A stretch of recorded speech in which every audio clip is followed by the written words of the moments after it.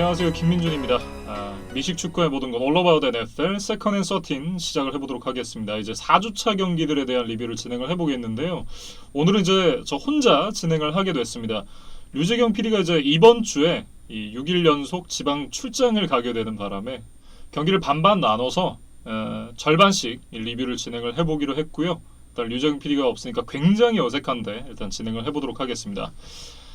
일단 가장 먼저 살펴볼 경기는 이제 Thursday Night Football이었던 덴버 브론코스와 뉴욕 제츠의 경기가 되겠습니다. 이 경기는 이제 37대 28 브론코스가 승리를 가져갔는데요. 일단 무승 3패 팀들끼리의 맞대결이었다 이렇게 좀 얘기를 하고 시작을 해야 될 것 같은데요. 그런데 이 두 팀의 상황은 굉장히 달랐습니다. 일단 탄탄한 전력을 그래도 갖췄다라는 평가를 받았었던 덴버 브론코스였잖아요. 일단 이진만 위원이 이 다크호스로 뽑기도 했었던 그런 팀이었는데 상당히 많은 부상자가 나오면서 시즌 출발이 좀 불운하다 이렇게 좀 얘기를 해야 될 것 같은 브론코스인 반면에 뉴욕 제츠는 그냥 약하다 이렇게 좀 얘기를 해야 될 것 같고요. 경기 내용만 놓고 봤을 때는 사실 이제 누가 이겨도 좀 이상하지 않을 경기였다 이렇게 좀 얘기를 해야 될 것 같습니다. 일단 브론코스 얘기부터 나눠보도록 하죠. 일단 브론코스는 이제 주전 쿼터백 드류 락 선수가 부상으로 이제 나오지 못하게 되면서 원래 이제 서드 스트링이었던 브렛 리핀 선수가 데뷔 첫 선발 경기를 갖게 됐는데 일단 브렛 리핀 선수의 성적만 놓고 보면 썩 잘했다고 하긴 좀 어렵다 이렇게 좀 얘기를 해야 될 것 같습니다. 이날 스탯이 31번의 패스 시도에 19번 성공을 했고요.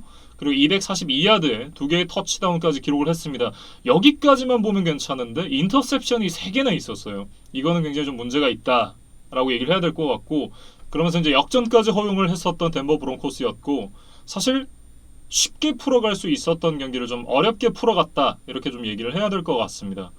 그리고 이제 좀 더 자세히 살펴보면 제리 주디 선수의 이제 첫 번째 터치다운이었던 패스도 보면 피에르 데지어 선수 정면이었거든요. 거의 인터셉션이 될 뻔했었던 패스였는데 제리 주디가 이 공을 뺏어내면서 터치다운으로 만들 수 있었다 이렇게 좀 봐야 될 것 같은데, 그렇다고 보면 이제 패스의 정확도가 그렇게 좋진 않았다 이렇게 좀 얘기를 해야 될 것 같고요. 다만 이제 마지막 멜빈 고든 선수가 터치다운을 만드는 장면에서 이 쫓아가서 블락킹을 해줬던 부분들은 굉장히 좋았다 이렇게 좀 얘기를 하고 싶습니다. 이날 이제 멜빈 고든 선수가 107야드에 2개 터치다운을 기록하면서 좋은 모습을 보여줬었고요. 와이드 리시버 팀 패트릭 역시도 데뷔 첫 100야드 경기를 만들면서 터치다운까지 기록을 했습니다. 그리고 이제 제리 주디 역시도 많은 야드를 기록하진 않았지만 2개의 캐치를 만들어내면서 61야드의 터치다운까지 기록을 했고요. 역시 좋은 모습을 보여줬습니다. 특히나 이제 말씀드렸듯이 이 터치다운 자체는 인터셉션이 될 뻔했었던 패스였기 때문에 개인 능력을 충분하게 보여주는 그런 터치다운이었다 이렇게 좀 얘기를 해야 될 것 같고요. 수비 쪽에서 살펴보면 이제 브래들리 첩 선수가 2.5개의 색 그리고 5개의 태클, 2개의 태클 폴로스, 5개의 큐비 히트를 가하면서 이제 완전히 부상을 털어낸 모습이었는데 이 상대가 제츠였던 만큼 이 부분은 이제 향후 스케줄에서 이런 모습들을 계속해서 보여줄 수 있느냐를 좀 더 두고 살펴봐야 될 것 같습니다. 그리고 이제 인사이드 라인베커였던 조시 주엘 역시 2개의 색 그리고 이제 10개의 태클을 기록하면서 커리어 하이 경기를 펼쳤고요. 어쨌든 상당히 많은 부상자가 나왔음에도 이 첫 승을 가져갈 수 있었던 데 좀 큰 의의가 있었다 이렇게 좀 얘기를 해야 될 것 같고요. 이제는 제츠 얘기를 좀 해보도록 하죠. 일단 제츠가 사실 이제 졌잖아요. 진 팀한테 이런 얘기를 하기에는 좀 미안하지만 올 시즌 최고의 경기력이었다 이렇게 좀 얘기를 하고 싶고요. 샘 다놀드 선수가 첫 번째 터치다운 어마어마한 플레이로 이제 러싱 터치다운을 만들어냈습니다만 이런 모습을 계속해서 보여주기는 좀 어려움이 있었다 이렇게 좀 얘기를 해야 될 것 같고, 그리고 이제 이 경기에서 이제 1쿼터 막판에 어깨 부상을 입었었던 샘 다놀드 선수였습니다. 그런데 일단은 조 플라코가 잠깐 등장하긴 했습니다만 애덤 게이스 감독이 다시 이제 샘 다놀드를 투입을 하면서 계속 샘 다놀드 선수가 이제 경기를 마쳤던 그런 경기였습니다. 일단 다놀드 선수의 다음 주 출장이 불투명하다고 하는데 과연 이 다음 주에 조 플라코 선수가 선발로 나올지 한번 지켜봐야 될 것 같습니다. 그리고 이제 애덤 게이스 감독을 좀 까야 될 것 같습니다. 일단 이 사람은 감독으로서 자격 미달이다. 실력 이런 걸 떠나서 이 사람은 감독의 자격이 없다 이렇게 좀 얘기를 해야 될 것 같은데, 메카이 벡튼 선수가 이 지난 경기에서 이제 어깨 부상을 입었잖아요. 그러면서 후반전에 나오지 못했어요. 그리고 이번 경기에서도 선발 라인업에 제외가 돼 있었습니다. 그런데 이제 경기 중간에 이제 추마 에도가가 어깨 부상으로 빠지게 되면서 갑자기 메카이 백튼 선수가 들어왔어요.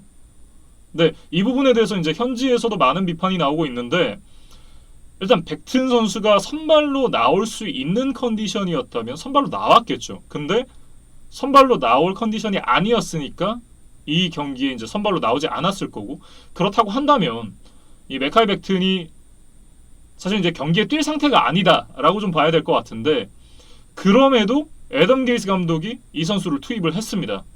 그러면서 경기 중간중간에 어깨를 만지는 모습, 그 어깨를 불편함을 느끼는 모습들이 계속해서 화면에 잡혔었는데, 이런 상황이면 선수가 뛰겠다고 해도 말리는 게 감독이잖아요.